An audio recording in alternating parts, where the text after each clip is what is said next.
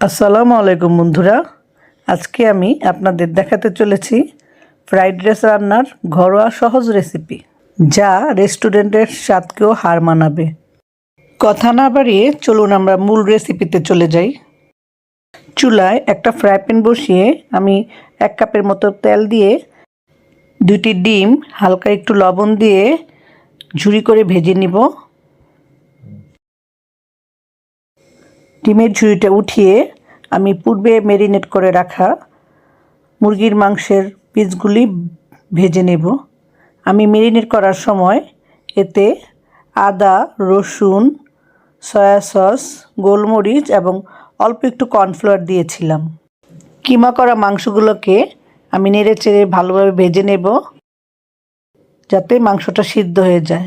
মাংসটা উঠিয়ে আমি এতে পূর্বে কেটে রাখা সবজিগুলোকে দিয়ে দেব। ফ্রাইড রাইস রান্নার জন্য আমি এখানে যেসব সবজি ইউজ করেছি সেগুলো হলো গাজর, পেঁয়াজকলি এবং 2 ধরনের ক্যাপসিকাম, লাল এবং সবুজ, যাতে ফ্রাইড রাইসটা কালারফুল হয়। আপনারা ইচ্ছা করলে যে কোনো সবজি এতে দিতে পারেন। এরপর আমি দিয়ে দিব 4টা কাঁচামরিচ, সাথে দিব soya sauce, white vinegar, fish sauce এবং গোলমরিচের গুঁড়া। সবজিগুলো নেড়ে চেড়ে কিছুক্ষণ ভেজে নিয়ে এতে আমি 1 মুঠ পেঁয়াজ কুচি দিয়ে দিব। পেঁয়াজ কুচি দিয়ে আমি আরও কিছুক্ষণ নেড়ে চেড়ে সবজিগুলোকে ভেজে নেব মোটামুটি সিদ্ধ হওয়ার জন্য। সবজিতে তেল কম হওয়াতে আমি আর একটু তেল দিয়ে নিলাম।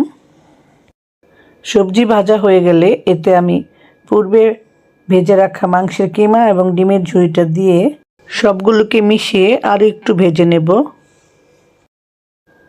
সব কিছু একত্রে ভালোভাবে মিশিয়ে এর মধ্যে দিয়ে দেব পোলাও চালের ভাত। আমি ভাতগুলোকে পূর্বেই 80% সিদ্ধ করে রেখেছিলাম, বাকি 20% এই রান্নার মধ্যেই সিদ্ধ হয়ে যাবে। স্বাদ বাড়ানোর জন্য আমি এর মধ্যে দিয়ে দেবো 1 চামচ চিনি, 1 চামচ টেস্টিং সল্ট এবং গোলমরিচের গুঁড়া। আপনারা ইচ্ছে করলে টেস্টিং সল্টটা ইউজ না করলেও পারেন। দেখতে দেখতে আমার রান্না কিন্তু প্রায় কমপ্লিট হয়ে গেল।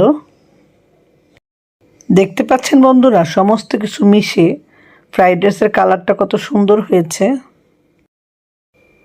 বন্ধুরা, আমি কিন্তু এখানে ঘি ইউজ করিনি, কারণ পোলাও বিরিয়ানিতে ঘি ইউজ হলেও ফ্রাইড রাইসে কিন্তু ঘি ইউজ হয় না।